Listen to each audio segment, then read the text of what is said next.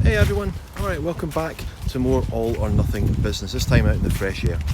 When it comes to physical transformation, people argue all the time over which is more important. Is it diet or exercise? Well, we all know you've got to get your calorie intake right in order to lose weight. So, we could argue and agree that nutrition is a priority number one for weight loss.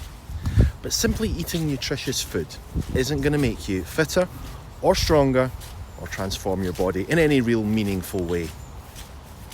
Imagine yourself in a situation like we discussed last week, where an injury or an illness is reducing your capacity to train. Perhaps it's even stopping you from training altogether.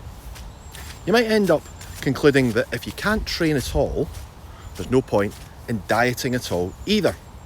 You tell yourself, maybe even promise yourself, that you'll start your diet and training together when you're all healed up. After all, if you can't do both right, what's the point? Well, consider this. It doesn't take much training to simply maintain your current strength and fitness level. It's really not a crime to do a simple, straightforward workout at times when life gets a bit hectic. Put very simply, if you're being prevented from training how you'd like to, how you'd prefer, then nutrition is really more important than ever.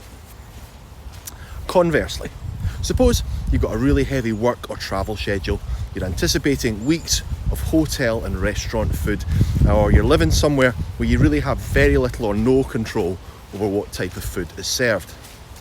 And some people will imagine that if you're unable to follow your usual diet, there's no point in training. Now, admittedly, there may be some times when you can't control what kind of food you're being served, but you always have control over how much you eat. Now that means that you can always lose weight if you're conscious of calories and exercise some smart control over your portion size. The fact is, if you have some real nutrition challenges ahead, then training is more important than ever. And if you can't follow your usual diet, that doesn't mean that you should stop working on strength and fitness. Always do what you can. Okay, but won't your results be compromised by not focusing fully on nutrition and training? Well, yes, of course. Sure, you're only going to get your optimal results by doing both. However, some results are better than zero results. It doesn't have to be all or nothing.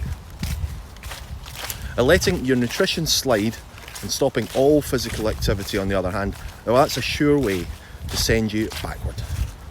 It's downright silly to say you can't train, so why bother doing anything with nutrition?